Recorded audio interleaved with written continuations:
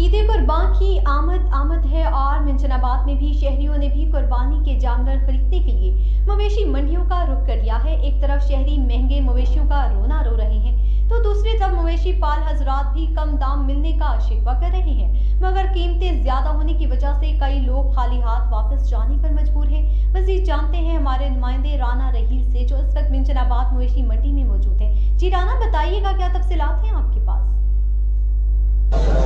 जी शुक्रिया। हम इस वक्त मौजूद हैं मिंचनाबाद की मवेशी मंडी में, जहां पर हम आपको बताते चलें कि मिंचनाबाद में म्यूनसिपल कमेटी ने एक बड़ा अच्छा काउंटर मुनक्किद किया है, जो कैमरामैन आपको दिखा सकता है। पीछे हमारे मुकम्मल अद्वियात भी इनके पास मौजूद हैं। बीमारी के लिए जो स्प्रे, जितने भी अद्वियात या गोली वगैरह दी जाती है, वो इनके पास मौजूद है।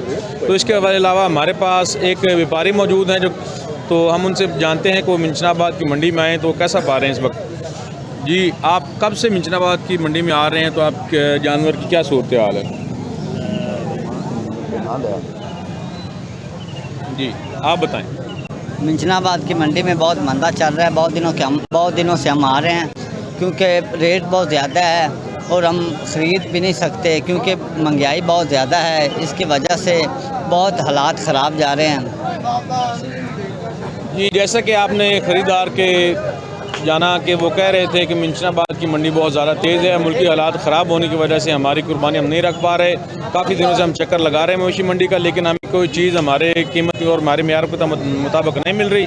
तो इसलिए वो हुकूमत वक्त से अपील करते हैं कि महंगाई हर तरफ से कम की जाए, ताकि जितने भी छोटे लोग तबका या जितने मुलाजिम हैं वो अपनी सुन्नत इब्राहीमी ज़िंदा कर सकें और अपनी कुर्बानी रख सकें।